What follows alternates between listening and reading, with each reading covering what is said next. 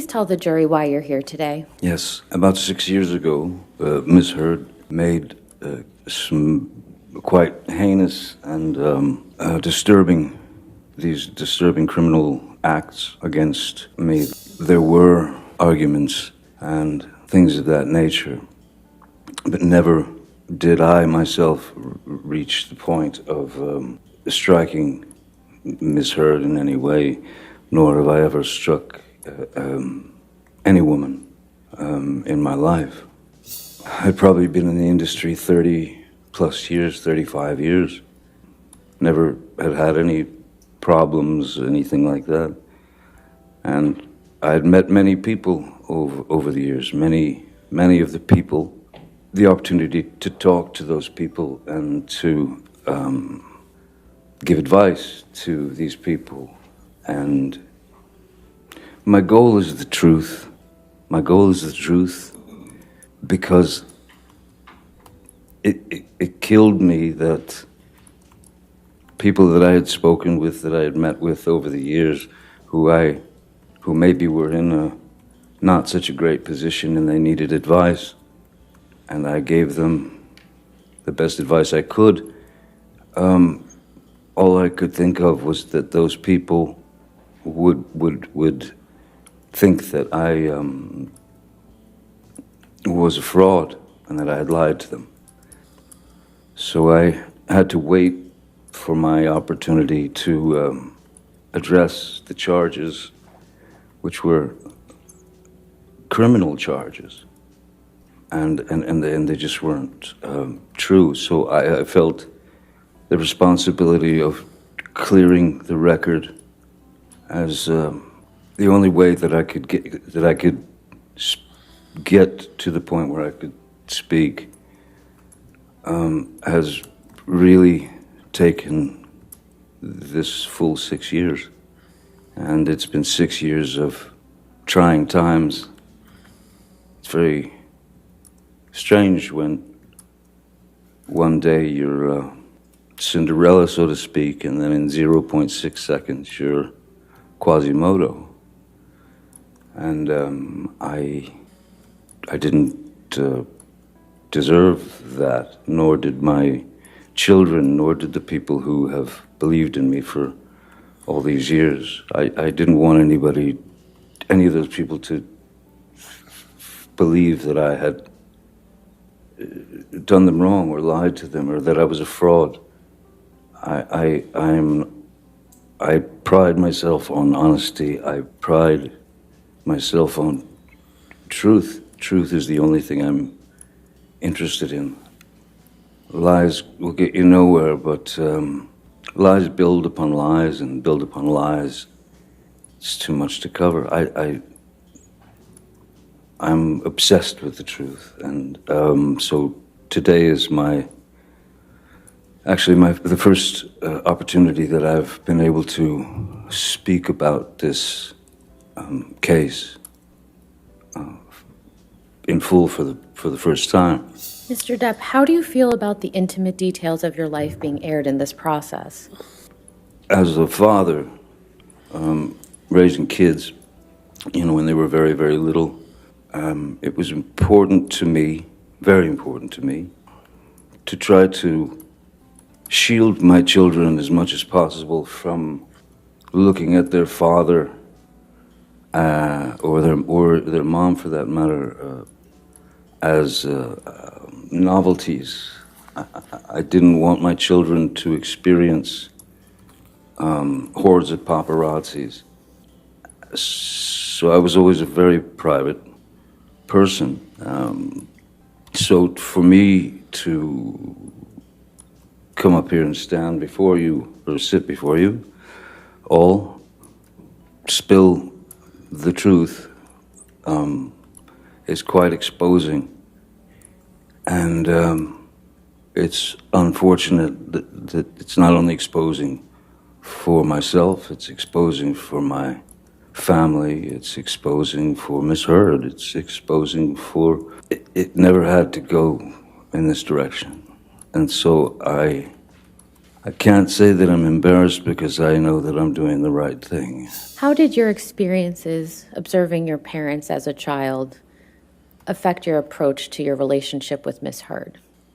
In the beginning of my relationship with Miss Heard, from what I recall and what I remember, it was as if she was too good to be true. She was attentive, she was loving, she was smart, she was kind, she was funny, she was understanding, and we had many things in common, certain blues music and, well, music, literature, things of that nature. So for that year or year and a half, it was amazing. There were a couple of things that, I don't know, stuck in my head that I noticed that I thought might be a little bit of a dilemma at some point. For example, I worked quite a lot, and when I would come home from work, come in the house or the hotel, and she would sit me down on the couch and give me a glass of wine and take my boots off, set them to the side, and I'd never experienced anything like that in my life. I just never thought I just never experienced that before. And it became a regular thing that she did, this kind of routine. And I remember one night I came home from work, and I think she was on the phone or something, or busy. She was doing something, and so I sat down on the couch and I took my boots off. Suddenly, Miss Heard approached with this look on her face and she just said, "What did you just do? What did you do?" I said, "What do you mean?" "You took your boots off." I said, "Yeah, yes, I did. You were busy, you know."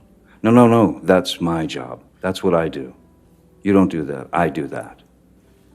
"Okay, all right then." And then she said, "Let me get you a glass of wine." And she brought me the glass of wine.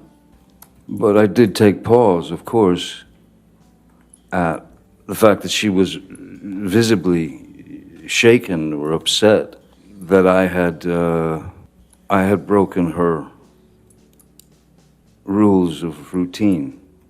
I thought that strange. And then once you notice something like that, then you start to notice other little tidbits and things that come out.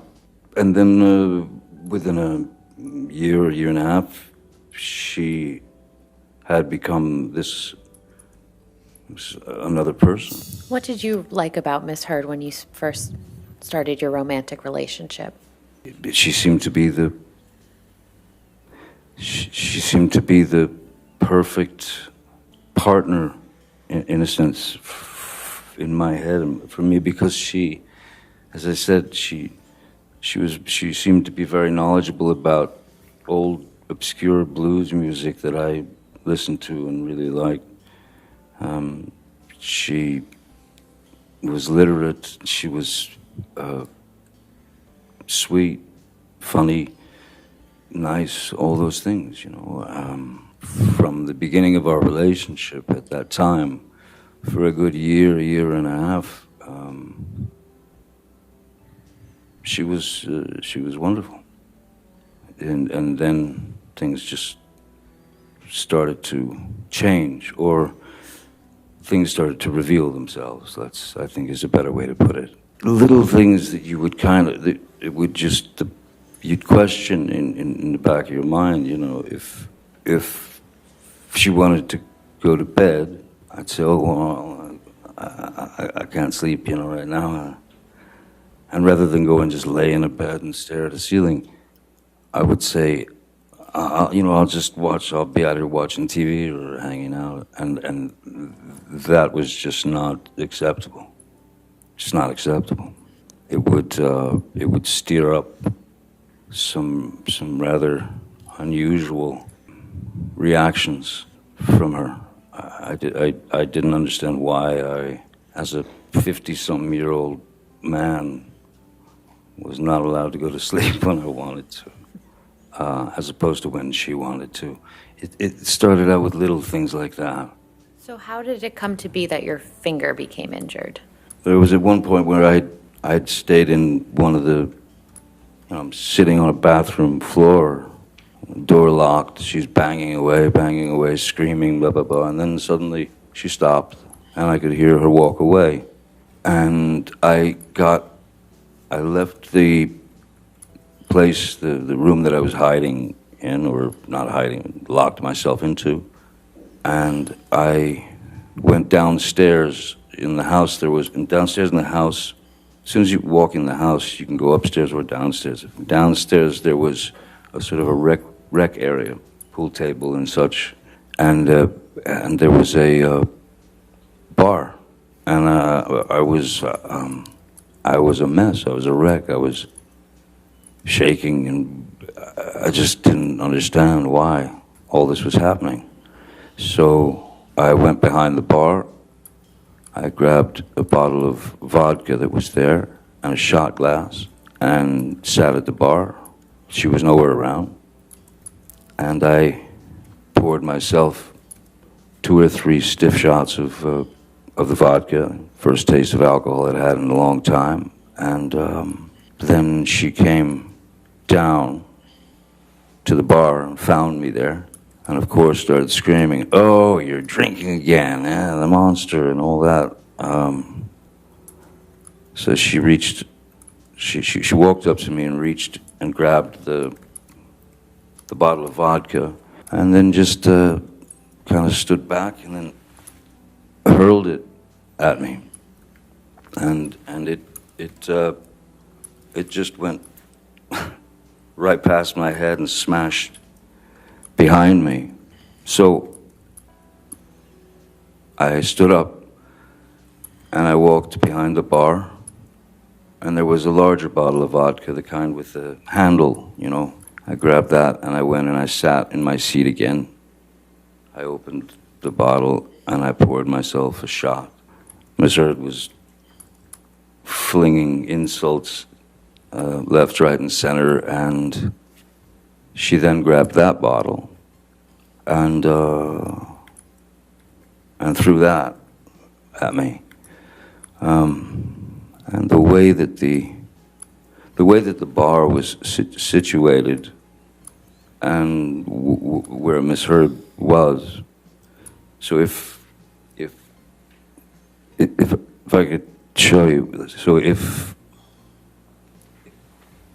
this is the bar where the glass was and the bottles, if this was the bar and I was sitting here like this, she would grab the bottle and she would go there. She went there. And so I was leaning like this in the chair, looking at her. First bottle went, then I got the other bottle, shot. I'm in this position again, and my hand is on the edge of the bar, like that, leaning over, the fingers like that, and she threw the large bottle, and it made contact and shattered everywhere. I honestly didn't feel the pain at first at all. I felt no pain whatsoever. What I felt was, I felt heat. I felt heat, and I felt as if something were dripping down my hand, and then I looked down and realized that the tip of my finger had been severed, and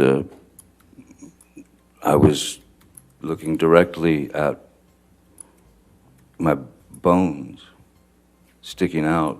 Blood was just pouring, and at that point, I think that I went into some sort of, I don't know what a nervous breakdown feels like, But that's probably the closest that I've ever been. Nothing made sense. And I knew in my mind and in my heart, this is not life. This is not life. No one should have to go through this. Which finger was cut, Mr. Depp? It's the middle, it's the funny looking one. It's the middle finger. Initial wound, all these bones up here were crushed, and it looked like Vesuvius, you know. And this part of my finger now is, so that because of not having use of the tip here, this is basically arthritis that kicks into the joint once that upper part of the finger is mangled. So is that the right middle finger? Right middle, yes. And is that your dominant hand? Yes, it is, yes. Mr. Depp, I'd like to show you a picture. Mr. Yes. Depp, what is this a picture of? That's me in the emergency room. And I see a detail that I'd forgotten, which is the Missouri had taken my cigarette from the ashtray and stomped it out in my face here. Did you mark on the screen where you see that? It's right above that green dot. Do you know who took this picture? I do not know. Can we please publish this to the jury? Do you want to enter into evidence? Yes, please. Any objection? No, Your Honor. All right. And so, Mr. Depp, now that the jury can see the photograph, can you again explain what that green dot is identifying? Just above the green dot is a wound from Ms. Heard taking my cigarette, and this is after the finger had gone away, and she stubbed it out in my face and on my cheek. For the record, this is an audio recording, and it's quite lengthy, so we intend to play certain portions of it. And I watched you lie, and then I didn't punch you, by the way. I'm sorry that I didn't hit you across the face in a proper slap, but I was hitting you. It was not punching you. Babe, you're not punched. Don't tell me what it feels like to be punched. You know, you've been in a lot of fights. You've been around a long time. I know. Yeah. No, when you have a closed You fist. didn't get punched. You got hit. I'm sorry I hit you like this, but I did not punch you. I did not deck you. I was hitting you. I don't know what the motion of my actual hand was, but you're fine. I did not hurt you. I did not punch you. I was hitting you. How are your toes? What am I supposed to do? Do this? I'm not sitting here bitching about it, am I? You are. That's the difference between me and you. You're a baby. Because you started. You are such a baby. Grow the up, Because you Johnny. started physical fights. I did start a physical fight. Yeah, you did. So I had Because to out of there. yes, you did. So you did the right thing, the big thing. You know what? You are admirable. Mr. Depp, could you please explain to the jury what they just heard on those audio recordings? What was just played on the audio recordings was very much the tone and the aggression and the attitude and the need for a fight from Ms. Heard. That was, I don't know if that was some need for attention, but that was a sound that I had gotten very used to. The squabbling, the raising of the voice to essentially excommunicate anything that I had to say about the situation.